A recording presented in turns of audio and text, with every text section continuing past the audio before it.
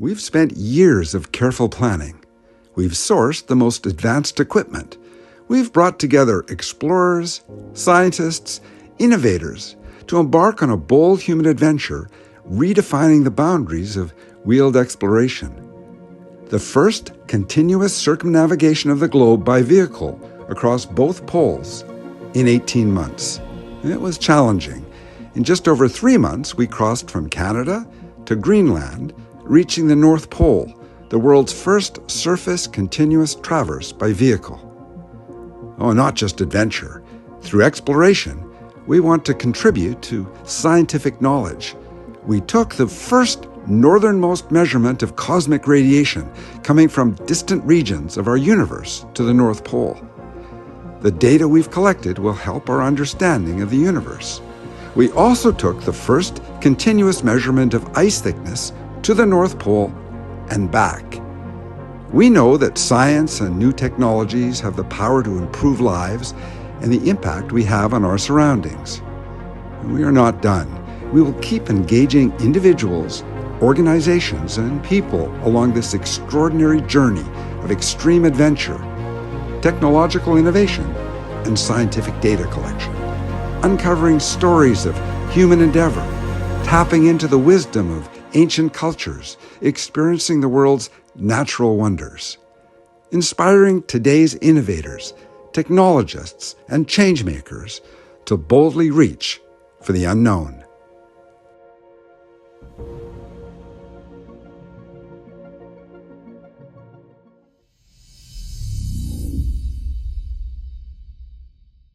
You are doing something with success that Fridtjof Nansen and Roald Amundsen did with success. You know, in history, there are 4 big explorers worldwide known: Nansen, Amundsen, Shackleton, and Scott. And you know, Shackleton and Scott were losers.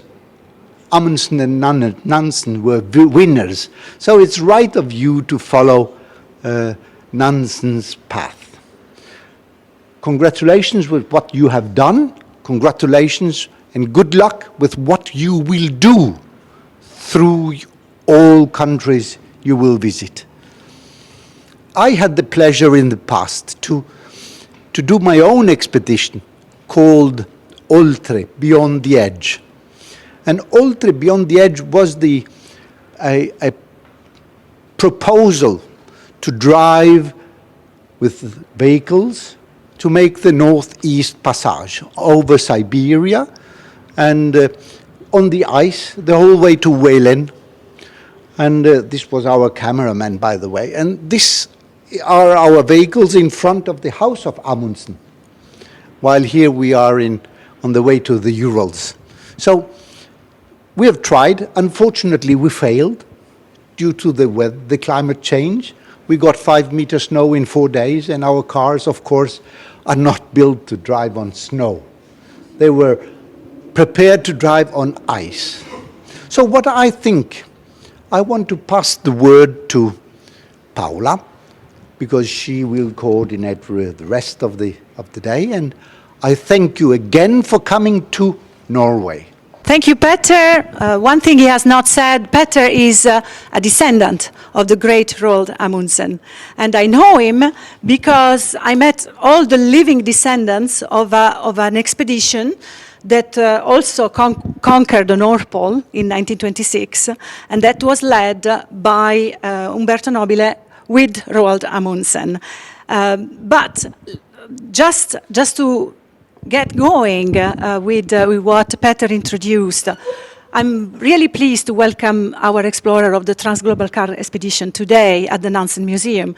There couldn't be a better place than this to celebrate their fantastic achievements, the conquest of the North Pole on their vehicles on the 6th of April of this year. And this is not just the only achievement. We will hear later from their spokesperson all the achievements that they reached so far. They are not even halfway through their expedition. They left New York City in December. We are in May, and definitely not even halfway through. They've already reached more than one Guinness record worth achievements. So we are in a fantastic, we are just in front of the most fabulous ship ever built, the Fram. You can see it here. And the Fram was built by Nansen to do science, not to reach the North Pole, but to do science. He drifted this ship to demonstrate that the ice was flowing according to certain currents that he predicted, and he predicted it right. But this ship is also glorious because at her time, he was the one who reached the furthest high latitude beyond the 86th parallel north, and the furthest south beyond the 78th south. So it's a perfect symbol for the Transglobal expedition because you've already achieved what she achieved. But this will be maybe the subject for another presentation here. Just let's go on. I just wanted to show you the airship Italia that inspired our expedition. Umberto Nobile flew across the North Pole. He built the Norge that you can see in the small frame up there for Amundsen. Amundsen asked Nobile, who was the most expert airship builder, and he became later a general for the Italian Air Force, but at the time he was building airships, also a lot for the Soviet Union, and he built one for Nobile, and together they crossed over the North Pole and they landed in Nome, Alaska. So they were the very first in 1926 to conquest the North Pole, but from above. Nobody descended. But Nobile wanted to descend on the North Pole, so he built another airship. He called it Italia, and in 1928, he tried to do that. Unfortunately, as we can see in the next slide, they failed. But going to the Arctic, you have 50% chance at least to fail your expedition. Even today, is not easy. It's not because we have satellite guidance or GPS that it is easier. It's as difficult as it used to be. So the airship of Nobile, during the third flight, on the way back from the North Pole, they crashed on ice. And they stayed 49 days on the ice. Half of the crew flew away with the balloon of the airship. The other half fell on the ice. They camped there in what became the Red Tent for 48 days, and finally they were rescued by the Krasin icebreaker, which is today a museum in St. Petersburg that one day I would like really to visit. So this story inspired our expedition in 2018, and we can see in the next slide. We were inspired by that expedition, and we were the first to reach, next slide, the first SOS point from the survivors. They sent an SOS with a radio that they recovered from the airship that fell. And we were 81 degrees north 14, 25 east, to celebrate the 6 crew members who didn't make it back home, and nobody knows where they ended up in the flying balloon. We were also the very first to measure. We had a record. We used to have a record, but these guys beat our record. We reached the 82nd parallel. We crossed the 82nd parallel, and we had on board some scientific instruments, including a cosmic radiation detector. And at the time, until the 6th of April of this year, we had the northernmost measurement of cosmic radiation. We will hear more about this. But we are still the first to sample microplastic so high, and we also did some 3D mapping. As I said, our record was beaten by the Transglobal Car expedition members that you can see here, but you can see them, those who reached the North Pole. They are sitting here in the front row, and I would like to give a great applause to them to start with. And I would like, first of all, to congratulate Vasily Shakhnovskis, Vasily Yelagin, Maxim Badulin, Alexei Safonov, and last but not least, Andrew Comrie Picard, who is their spokesperson today and is going to tell us about this record-breaking expedition. Welcome on stage, Andrew. I don't know if this works, but... Great. Well, thanks, Paola, and thanks so much to the whole scientific team and so much of the communications team that's told so much of our story to the world. And as Paola said, I'm just speaking for the group. I'm one of the expedition members that was able to achieve the North Pole thanks to the expertise of the whole team. But I just happen to be the one speaking today. But I hope to tell you a little bit about our story. I will say it's humbling to be in the presence of not only Fram, but also Mr. Johansson, and of course thinking about the airships and ships and all of the people who have attempted this sort of thing before. We're maybe late explorers on this route, but I will share with you some of the ways that it was difficult, and it was never certain. So like as you say, every polar exploration is a big question mark, and we certainly experienced that.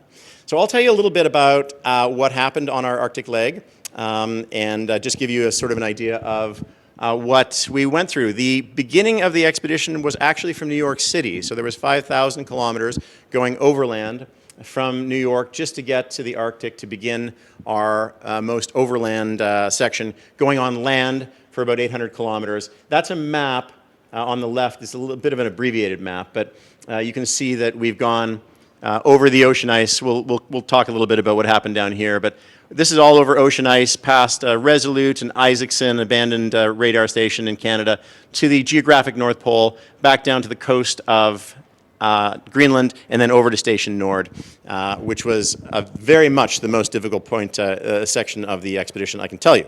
A few quick facts. It's been about a 10,000 kilometer route so far, over about 4 months. That includes the 5,000 kilometers of road and the roughly 5,000 kilometers overland. The first 5,000 kilometers was, as I said, from New York City to Yellowknife. Then we went 4,500 kilometers off any road, completely off-grid, completely overland on a route that we innovated the entire way. The first 800 kilometers was over tundra. This is a route that we, with the Transglobal Car Expedition and Arctic Trucks, innovated 2 years ago by going from Yellowknife to Cambridge Bay, over the tundra and over Bathurst Inlet. And that took us this year about a week to do that part. We took about a month to get from New York City to Yellowknife, had a pause in Yellowknife, and about a week to go over the tundra. And then we switched to the amphibious Yamelia vehicles, engineered by Vasily Yelagin, who, I mean, you talk about creating Arctic vehicles, you've got one of the great creators right here. 1,250 kilometers roughly in the first leg to go, in what I think of as the first leg, to go from Cambridge Bay to Isaacson. We had a pause in the middle at Resolute, which is the last inhabited area that we saw in Canada on the way north. But that 1,250 kilometers took us through the inland waterways, the areas of the Northwest Passage, the areas that the ships, the Franklin ships, so many explorers crisscrossed, Amundsen himself, of course, crisscrossed those areas to try to find them. Then we went 1,400 kilometers from Isaacson to the North Pole, which took us about a month. This is without seeing any other people, and actually, I will talk in a minute, without seeing almost any signs of life. And this is where it got very much more difficult. We got into some of the open water areas that Vasily Yelagin had trained us to prepare for, into the polar day. We saw 2 months of continuous sunlight, which had an effect on our circadian rhythms. It certainly was a shock to the system. And then once we achieved the North Pole, which was, as you said, on April 6th, the great achievement, we waited there a couple of days and did a resupply, and then went 800 kilometers south to Greenland, reaching the shore and then going along the shore to a place called Station Nord, which is a military base, another 280 kilometers. This was by far, and Vasily Yelagin, you can correct me if I'm wrong, but this was, to me, by far the most difficult section of the expedition, because we always knew, at Vasily's advice, that we would run into a section where the polar ice cap interfered with the land-fast ice, or didn't interfere with the land-fast ice connected to Greenland.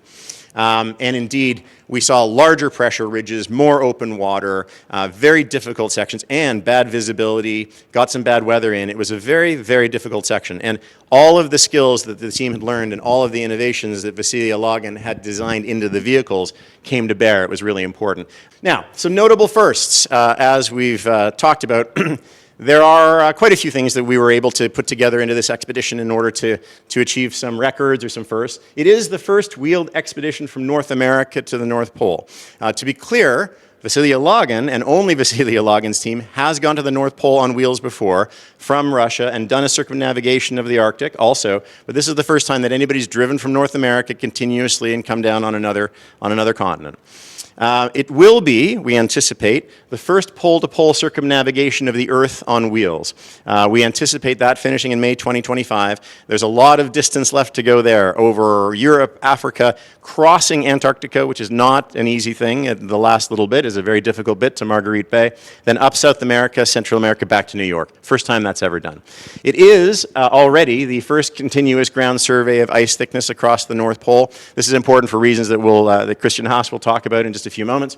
it is, as Paula alluded to, the highest latitude measurement of cosmic radiation at sea level and the first at the geographic North Pole. And that's with the Nansen detector. We have sitting right here in the chair 2 cosmic ray detectors. As you can't, they're facing the other way, but there's 2 flashing green lights there. Those are actually detecting cosmic rays that are coming through the roof of this museum and hitting those boxes right now. And they are logging those cosmic rays even as we speak. But those logged all the way on our drive, that's data that scientists will hopefully be able to use in order to gauge the effect of cosmic rays on many things, including the formation of clouds and thus weather patterns and global warming.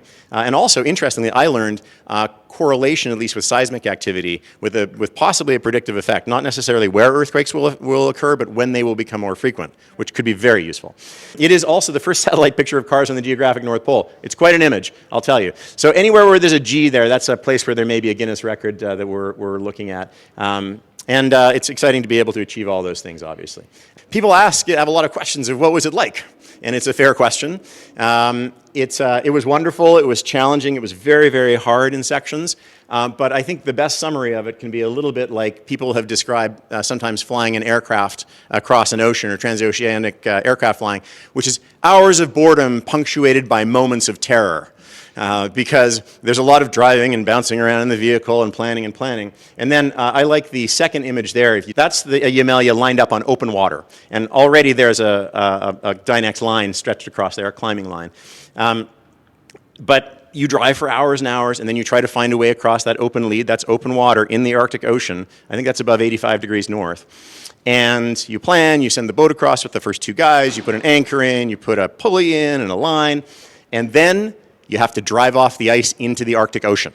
And that gets your attention.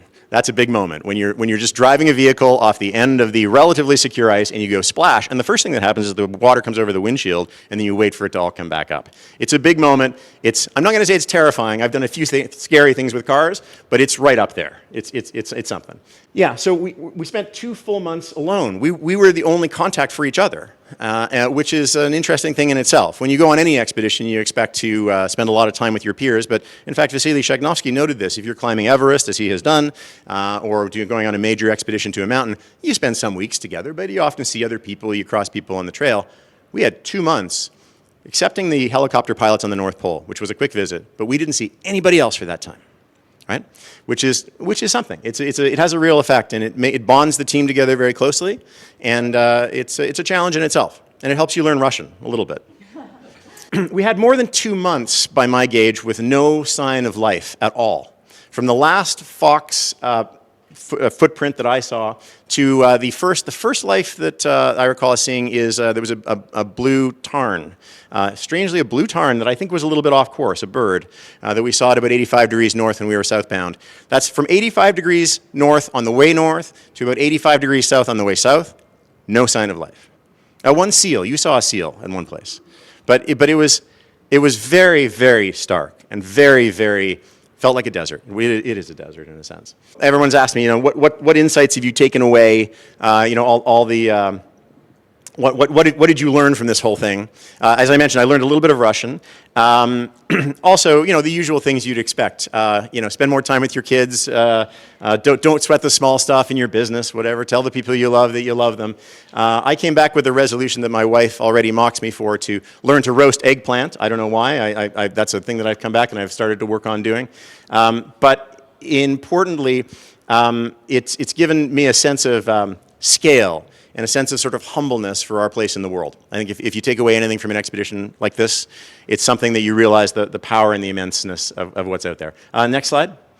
For people who want insight into what you want if you're going to go on an expedition like this, the first thing I would recommend is to take yellow lenses, take yellow glasses. And it seems like a silly thing, but if you look on the top right there, those are the conditions we drove in, Vasily, I would say for 3 weeks, 2-3 weeks, right?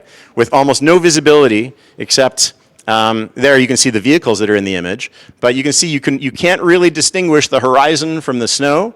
And on the last couple of days, we were driving that, you remember, and you could run into a snowbank or you could run into a hole in the ice. It was incredibly difficult. And then the next one, you can see a storm on the bottom right there. What's the next slide? Oh, you have to like eating fish. important, and you have to like eating dried food, which is you'll get used to. One way or the other, that's going to happen. Next one. It's important that you have, or at least you start with good knees, because the bottom of a Yamelia door right here is about a meter off the ground, let's say about here, and you jump in and out between 100 and 2,000 times a day. And you climbing up is relatively easy, but climbing down is fairly hard on your knees. It's not a design flaw. It's very healthy, yeah. And if you're a very, very experienced climber and have great knees, it's wonderful. Mine are nearly recovered now. Don't drink a lot of tea or water before bed. That's for obvious reasons, especially when the weather's bad. And there's one more. The most important thing is to have a good team. And that's what I've learned from so many things. But certainly here, we would not have achieved this without not only the people in the front row here, Vasily Shagnovsky's planning, his diligence in making sure that all of the details were in place. Vasily Yelagin's experience, his feeling for the snow, his ability to get through things that you'd never expect to get through. Stefanov, his reading of the maps, bringing in the satellite imagery, extremely important. Max Badulin back there with the drone imagery, all of the things that we now know we would not have been able to do without. And for the team members who aren't here, and hopefully that are watching, the many technicians and mechanics who kept the vehicles working, kept us all working, it would have been impossible. I think it might have been almost impossible with one person fewer than we had. We had just the right team. It's what was necessary. And I feel I'll say one more thing, one takeaway. I've learned a lot about fate in this. I'm not a person who submits to fate or submits to luck. I like to plan and I like to organize. But we got lucky on a couple of places here. And Vasily Yelagin said, we will have to have a year with good ice. There'll be a factor of luck. And I didn't really accept that. You have to be able to plan around things. But the truth is, things like the fuel drop at the North Pole, things like we went to sleep one night not wondering if we would be able to transfer from the ice cap onto the land-fast ice. It might not have been possible. That night we went to bed and the winds shifted, blew the ice cap literally into the land-fast ice. If it hadn't happened, we might not be here right now celebrating what we achieved. So yes, we achieved a lot by what we did, but we also had to work with the elements, and it was thanks to, we jumped on opportunities when they were there, but it was necessary to be ready for those opportunities and then have a little bit of good luck, to be honest. All right, thanks very much for listening. I'm going to hand it back to Paula. Thanks, Andrew, for taking every one of us with you to the North Pole. And these are recurrent elements in all expeditions, all the ones that we see around in this museum. There is always this lack factor, in addition to all the others, which are a necessary condition, but not sufficient. So you really need also a bit of luck and be able to recognize it and take the opportunity and surf on the opportunity. So we said at the beginning that this expedition had a lot of science on board, and we are ready to connect with the principal investigator of the ice thickness measurement, Christian Haas, who is connecting remotely on Zoom. Christian is a professor at the University of Bremen who designed the protocol for this experiment, prepared the instrument, and is currently analyzing these data, which are unique data on the ice thickness. Usually these are data taken from satellite, but the ground truthing that they did with human beings on the ice, checking and collecting very precise data on the ice thickness, this is one of the world firsts, and that we are celebrating here. Good evening, everyone, and thank you for all the nice introductions already. It's a shame I can't be there in person.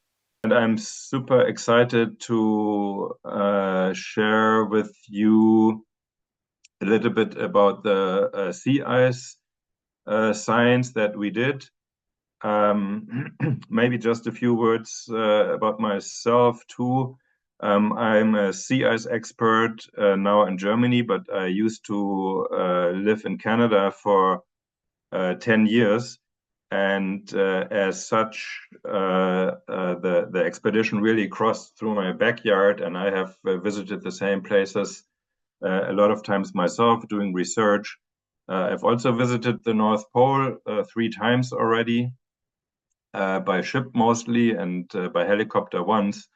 But we have never been able to obtain continuous ice thickness measurements from the region. And it was most exciting to be able to work with the Transglobal car expedition.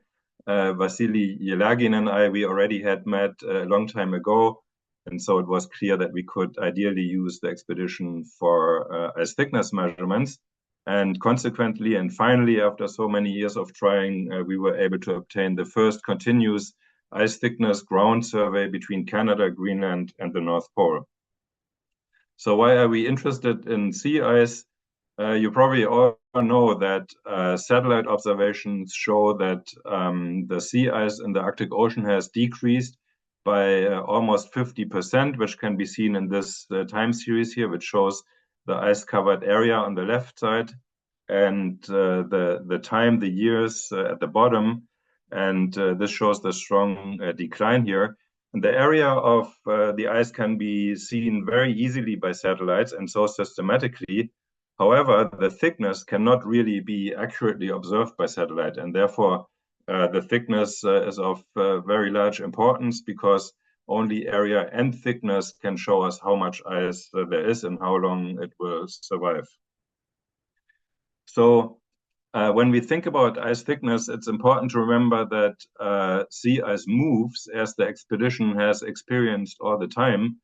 And that means that the thickness of the ice not only just depends on air temperatures, but it depends on the movement of the ice and on the compression of the ice to form these pressure ridges that the expedition had to cross. And the map on the right actually shows the mean distribution of ice thickness. You can see that the thickest ice in red and yellow can be found along the coast of Canada and Greenland, whereas the thinnest ice actually resides at the coasts of Alaska and Siberia. And the reason is exactly this motion of the ice, the so-called transpolar drift, which is the same drift that was used by Nansen with the Fram to pass by the North Pole more than 100 years ago, as we heard.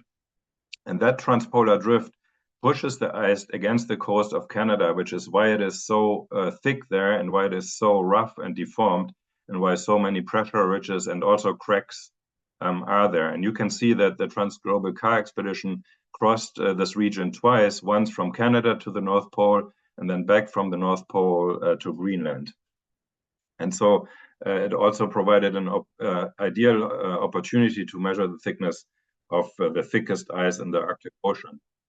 And the way we do this is by way of electromagnetic induction sounding. We mounted an electromagnetic induction sounder at the end of the trailers, height above ice.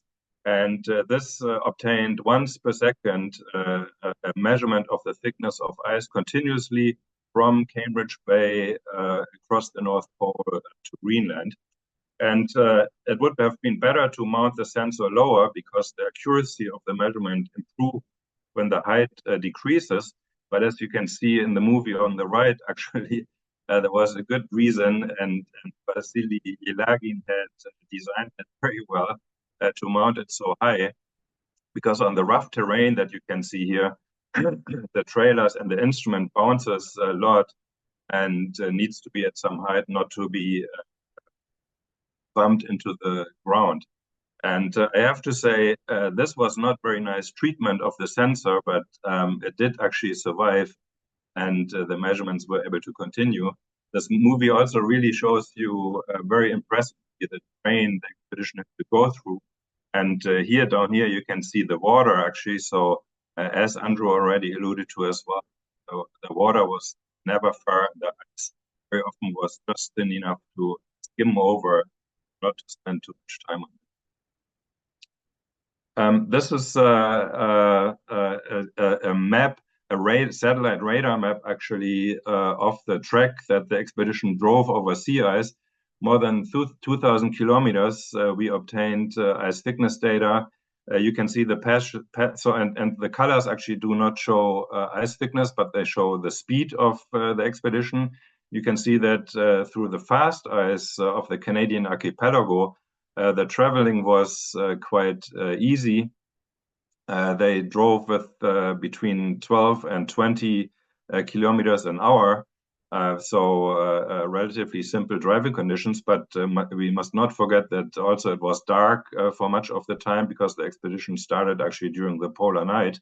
And then it became slowly brighter, and the sun rose above the horizon in early March, which was approximately here. And this is the transition onto the pack ice, and you can see that as soon as the pack ice was reached, the speed immediately decreased. The speed was only between 4 and 8 kilometers an hour anymore, and then you can see how it continued to decrease to the North Pole, and then in particular the hardest part of the expedition, where only the mean speed was about 1 to 2 kilometers an hour just north of Greenland here, as Andrew just said, where eventually, and with lots of delays, we were able to cross over to the land and then increase in speed again. For navigating on the sea ice, satellite images are very important, and luckily today we have relatively good images, but actually not from the North Pole. And so in collaboration with the Italian Space Agency, actually we were able to get more than 60 images that you can see here that were tailored to image the expedition and the route that did help us to monitor the ice conditions and to help the expedition find their way through the ice floes. And what this looks like is shown on this graph. This is my only result slide for now. On the right, you can see a radar satellite image. What you see here is the radar backscatter of the ice. And as a rule of thumb, you can say the black spots are thin and smooth ice, and the gray ice is the thick and rough ice. And you can see overlaid ice thickness. Red and orange mean thin ice, and blue and green mean thick ice. And you can very nicely see how the expedition looked for the thin ice spot, which were also smooth, where they could speed up. Then they searched for a route across ice floes. Then they encountered some thin ice again. Then came some thicker ice again. You can see all this wiggly curve. I think the actual route was about 30% longer than the straight line, just because of all these wiggles here. Then another lead that they followed just to encounter a dead end where there was no way, so that made them return. You see the color, it's very thin here. It's just below a meter of thickness, then onto some very thick ice, and so on. And the data that we obtained are shown on the left here. This is an ice thickness profile, ice thickness on the y-axis, distance on the x-axis. So this is 15 kilometers approximately. And you can see the thick ice, more than 2 meters thick, with all these pressure ridges here. Then you can see these faces of thin ice going over the leads. These leads are thicker than 1 meter. These are thinner than 1 meter. And this very nicely shows us the characteristics of the ice in the region. So this had a modal ice thickness, we say, of 2 meters and 20. And that is the key parameter that we can now compare with measurements from previous years, not at the North Pole, but more close to the land in Greenland and Canada, where we have all our measurements, to observe how the thickness of ice is changing over the years. We need to process these data because of the variable speed and or the stops and the separating the thin ice from the thick ice. There still needs to be some processing done, but overall, as these examples showed, the data are of really high quality, and we will use them for our climate change observations and the comparison with the satellite data. Before detecting any solution, we need to get the information first and understand very clearly where to intervene, and also convince politicians with rough data that there is something we have to do. As Christian said, satellite guidance was extremely important also to identify where measure ice thickness, where to go and do the ground truthing, and the collaboration with two prestigious research institutes and scientific institutes was crucial. I'm talking about the European Space Agency and the Italian Space Agency that came on board the expedition without hesitation, sort of last minute, which shows that sometimes even big giants can be fast and efficient. And all that was thanks to our connection with European Space Agency and the Italian Space Agency. First of all, the astronaut Paolo Nespoli, who introduced us to Fabrizio Bernardini. Fabrizio is an expedition consultant, and an expert in satellite, and I give you the floor. I wanted to talk a little bit about the use of satellites in this expedition, but especially also I would like people to reflect a little bit on the use of technologies in general. Technologies are very important. Every expedition, even the one we see the ship behind us, the Fram, every every expedition always use the best possible technology of that era. So even today, this expedition, for example, used ice picks that has been done with a specific purpose of cutting ice, which looks like an old technology, but it's just the ideal one for this job. But also they use satellite receivers. And using satellite receiver was not cheating, it was trying to achieve something. So all these technologies, they don't just help the explorer, they provide a way to expand the envelope of the expedition, the envelope, especially human endeavor, of what you can do. So you can do more using technology, not doing things easier. So this is an important point I wanted to make. The technologies we use, they usually have two kinds. Technology you can you can bring with yourself. Just imagine tools. The engine of the trucks, for example, or the computers and everything. These are things you can use yourself, and you can also fix yourself if you need to. But there are other technologies that depends on a larger infrastructure. So, for example, roads, airplanes, or the Starlink satellites. These are technology you can use, but you may not rely on them because anything can happen to these technologies. So these are technology that are distributed on a very wide infrastructure. Let's consider, for example, the problem of navigation, so finding where you are.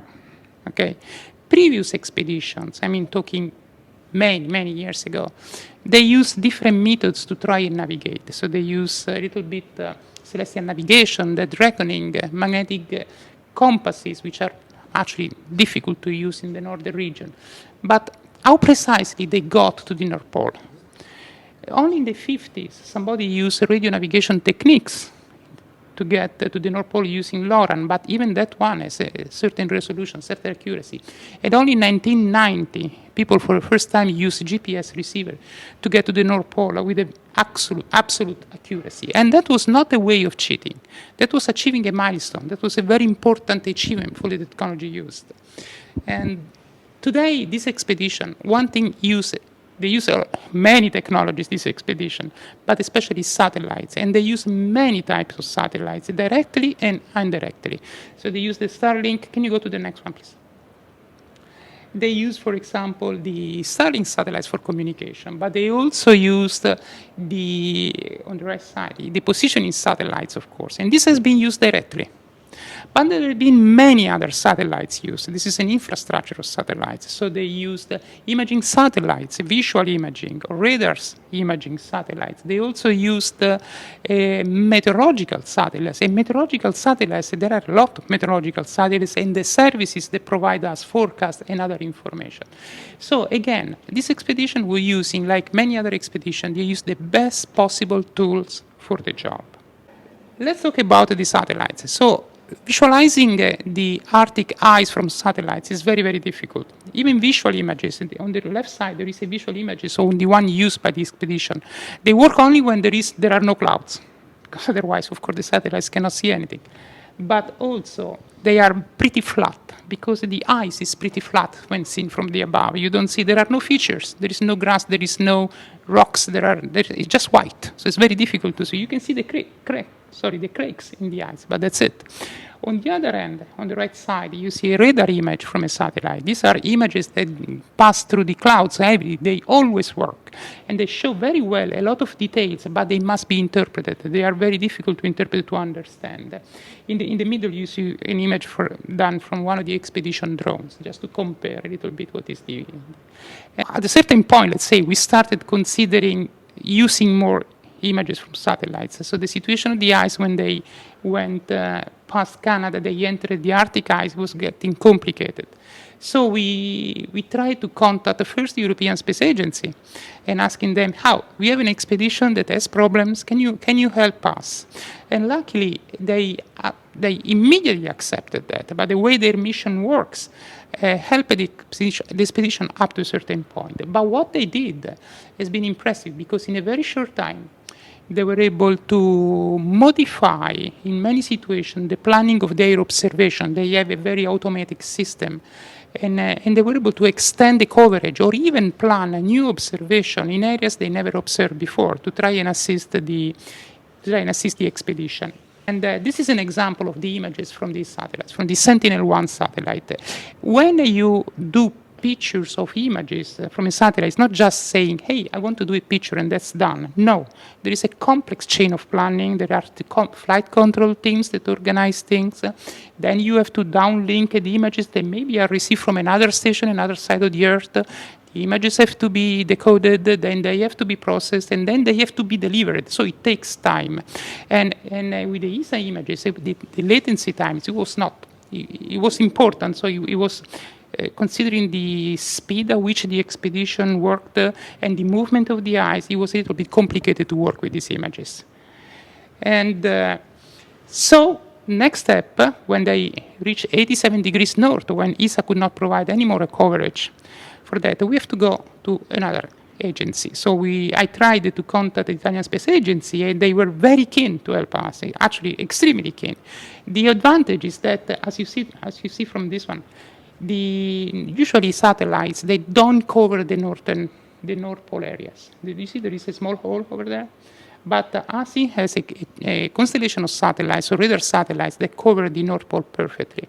So they were extremely interested in helping, and in the end, they produced something like 61 images basically in a little bit more than 1 month to help the expedition. But actually, they plan and acquire more than 100 images. And these are totally new images they would never have planned. So there is a lot, again, planning activities, people involved, the entire chain of activities and processing that has to be done. And these images became something like a near real-time support. Here you see Vasily working on the images inside the car, and he knows that using the radar images is not exactly easy. You don't really see the reality. You have to interpret this reality to understand what you are seeing. And on the right side, you see all the coverage done. You see the North Pole is more or less on the top of this image. Okay, and but then they did more.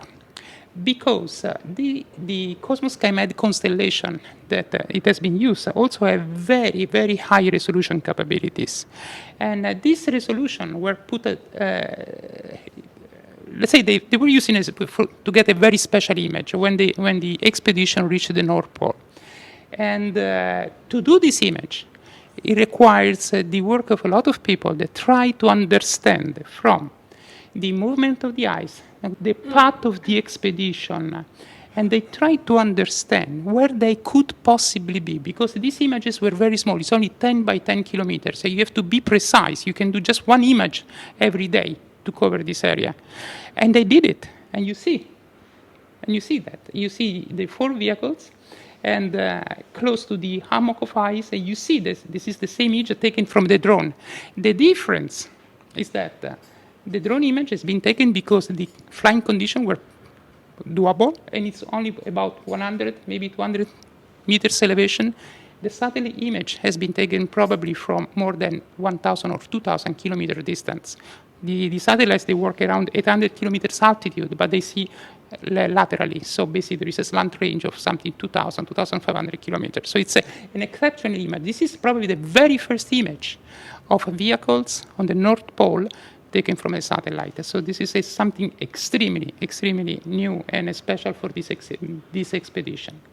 I just wanted to remind that all these technologies, all these satellites are things, these are infrastructure. These are not satellites, are not simple objects, are an infrastructure that is available for everybody in the world. The satellites goes around the world continuously. They do images not only for the country that made the satellite, but for everybody. These are a service for everybody. They can help any possible country in the world. So one of the messages that this expedition is also bringing around the world, using this technology, is saying that, hey, this technology, we use them, but anybody can use them. These are always available. And this technology, if we really want to protect the planet, we have to protect these technologies and the condition and the civilization that permits to build this technology. So I think this is an important message to add to it. Grazie. Thank you, Fabrizio. And that image, nobody expected that to happen. It was a surprise for everyone. And I think we can enlist it to the long list of world records that belong to this expedition. So it's now time to move on with the science. We have a third scientific project. The principal investigator is not here. He's the guy who, with the help of some Ukrainian colleagues actually, built those cosmic pi detectors. The one that measured cosmic radiation at the North Pole is called Nansen. And he cannot be here with us, but James Devine from CERN has recorded a very short video message for us, and we are ready to listen to it. My name is James Devine. I'm one of the people behind the Cosmic Pi detectors, and I'm very sorry to not be able to attend in person.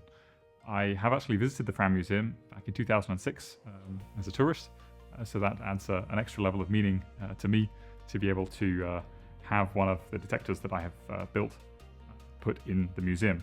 The detector itself is an identical one to the one that I'm holding right now, except of course it's been to the North Pole. Inside there is a circuit board and some scintillators, which are plastic slabs that are able to convert muons, which are a form of radiation which come to us on the surface of the Earth from cosmic rays, into light signals, and those light signals can then be collected, digitized, and transmitted to the internet. So it's a very compact example of some of the technologies that are used at CERN in the larger experiments, shrunken down and made suitable for travel. One of the big challenges in producing this detector was taking the Cosmic Pi project, which we've been using for giving to schools, and making it ruggedized so that it could actually survive in the back of a truck going over the ice. And fortunately, we succeeded, which enabled the team to take measurements of cosmic rays all the way up to the North Pole. This is historic because no one has ever measured them north of the 82nd parallel before as a surface measurement. So that's a really big achievement for the Transglobal Polar Expedition. So it's very important to actually measure cosmic ray radiation at ground level at all latitudes, because there are variations which occur due to variations in the Earth's magnetic field. So this kind of measurement does have significance beyond the fact that it's a good idea to confirm that we still measure cosmic rays at the North Pole just the same as we do at latitudes where people live. So that was James Devine. Very briefly, this cosmic detector called Nansen that he built at CERN with his colleagues is a detector that is normally used for education, for school kids and citizen science. But they made it ruggedized, and it does take data, real data, and it does acquire data on SD cards. So it's a very historical measurement, the first measurement of cosmic radiation at the North Pole. The analysis is ongoing right now.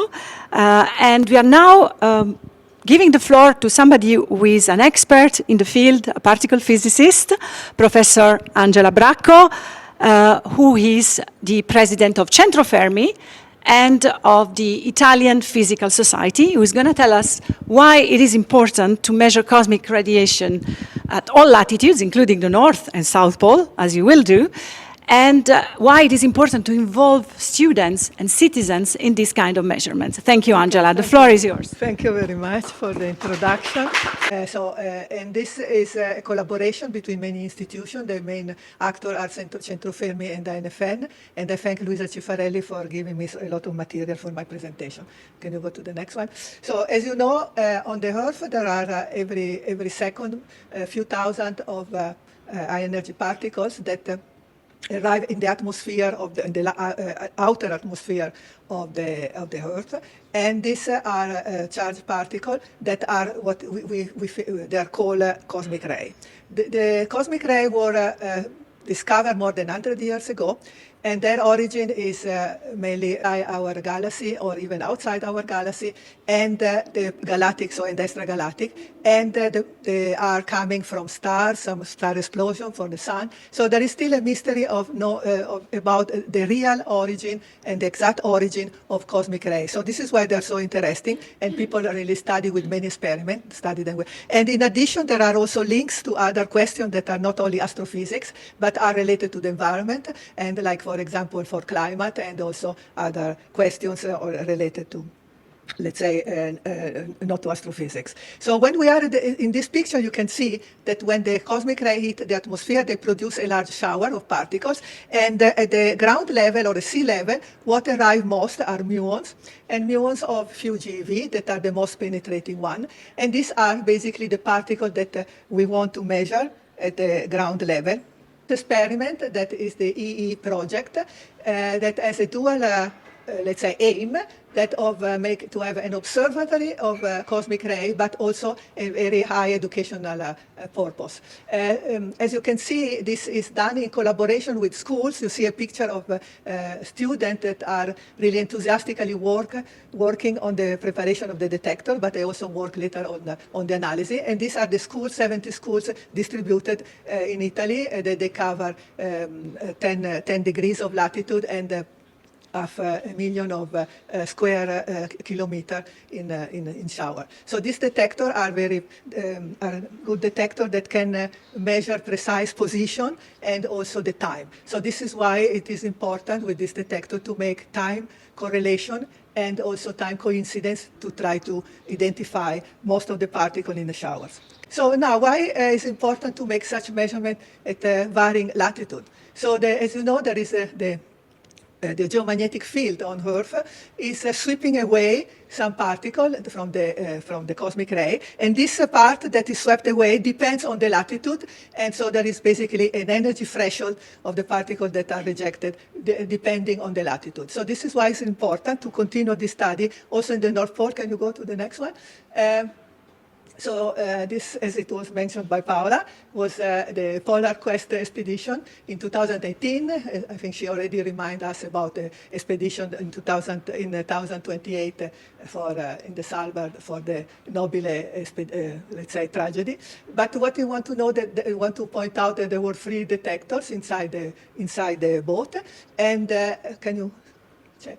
And this detector was prepared again with the collaboration of students. These are some pictures mounting the detector. So I want to point out the important role of students, both here in Norway and in Torino. These are some examples for this detector. Because this detector, as compared to the previous picture, are scintillator detector, like the other one were gas detector. So basically, the students were exposed to two types of detectors, because these were specially made for this. Okay, can you continue, please? So now I just a picture showing the boat, and I think what I want to point out here is only, can you go back for just a sec? I just want to point out that we were collecting about 1,000 hours of event, and there were roughly 100 million of cosmic ray. Now you can go to the next one, and now you see the result of the flux of cosmic ray that were measured on this boat. These are in the top one part. So you can see really an effect that is due to the latitude. And as you can see from this schematic picture, is really the effect of the particles that are rejected by the magnetic field of the Earth. And this is schematically what you expect, lower flux in the Ecuador and higher there. So now, but we continue on this. This was not, the continuation was now to put this 3 detector in New Orleans, because there we can really leave the detector for a long time and really make correlations among them. So this is why, can you go to the next one? And then we had also simultaneously the same detector on this very nice ship that is the Amerigo Vespucci on the Mediterranean, because it's important to make comparison with the same technology on the surface of the sea. This is the most beautiful ship in the world. Yeah, exactly. But since I'm Italian, I cannot say. And that's the most beautiful. I cannot say as an Italian, but anyway. So the reason was that we really need to have comparison among on the sea level with this exactly same technology. Can you go to the? Okay. So now this is the situation as we have now concerning flux. And you can see these are the data of the North Pole. These are the data of Vespucci in the Mediterranean. And now we also plan to have new data on the car in this part between the Mediterranean and the North Pole. Let's say this Svalbard, not really the North. Another point is not only the flux, but to really have a time dependence on the flux, to see fluctuations. And of course, the North Pole is the best way, is the best place for that, because let's say the geomagnetic effect of the Earth are minimum, and so you're more sensitive to other effects that come from the sun or other sources. Okay, so this is why we study this time dependence, and I think again Centro Fermi and especially Gardini and Noferini that are now guiding all this work. And I want to, can I go to the next one, to show you an expanded view of this time dependence, because this expanded view is really relating the event that we had in May with this very intense solar flashes, solar activity. So you see there a decrease that is really seen at this level. This is day by day, then of course there are maybe some corrections. And this is the team that is controlling the detectors, the free detectors that are in the New Oleson. And this team is hosted by CNR institution. So my last one, I just want to finish saying that this project, I think, is really well under the Fermi legacy. In fact, Fermi, when he got the Nobel Prize in 1938, he just pointed out the importance of connecting physics to other science, and this is beneficial to all science. Thank you for the attention. Thank you very much, Professor Angela Bracco. And as an anticipation, obviously, you will profit from the data from the Nansen. They are open source, and we put them in common with every science. So you mentioned, Angela, that the 3 detectors of Polar Quest were built by students from Norway, Italy, and Switzerland under the supervision of the scientists from Italy. This leads me to the next presentation that is going to be done by one of the land team members of this expedition, Dr. Rosi Mondardini from Polar Quest and Citizen Science Zurich, who is telling us more about citizen science and how we are continuing with citizen science and the Transglobal. Thank you very much. And I think what the students did was really amazing. But back to the crew, they were amazing as well, because while they were, measuring eye thickness, driving around, exploring, basically trying to stay alive, they were actually also promoting, really championing citizen science projects. So what is citizen science?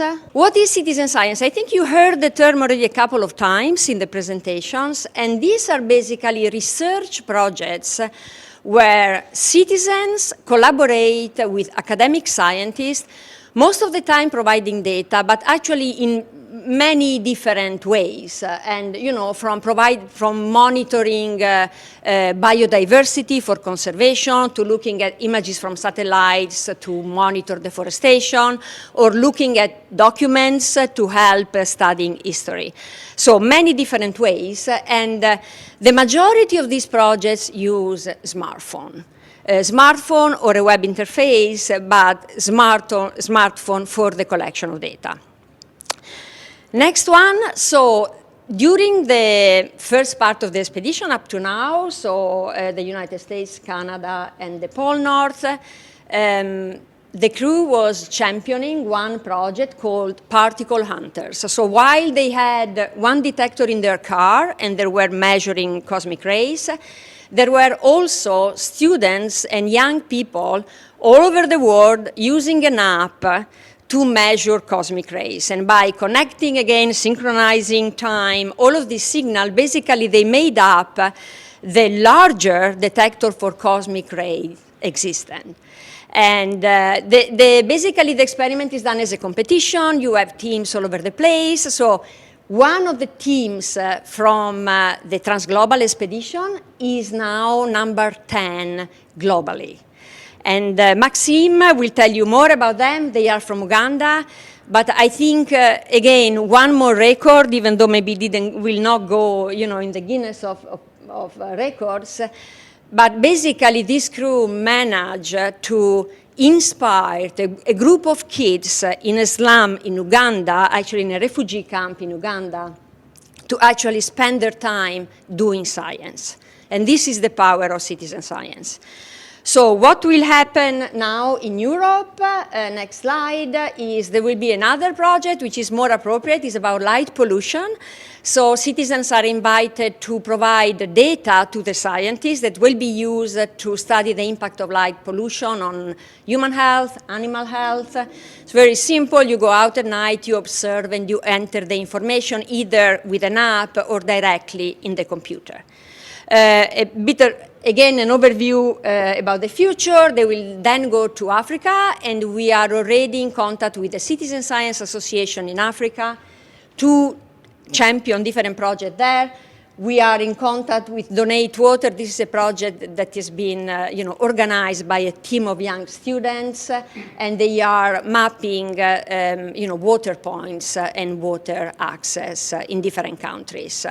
So stay tuned, because it's not over, and actually will become more and more exciting with time. And that's it for me. Thank you, Rosie. We are approaching the end of the event, so there is one more person who needs to be here on stage with us, because without him, all the coordination of this communication and citizen science part couldn't have happened, and he's going to tell us about what's next, and it's my very big pleasure to welcome here on stage Maxim Artamanov.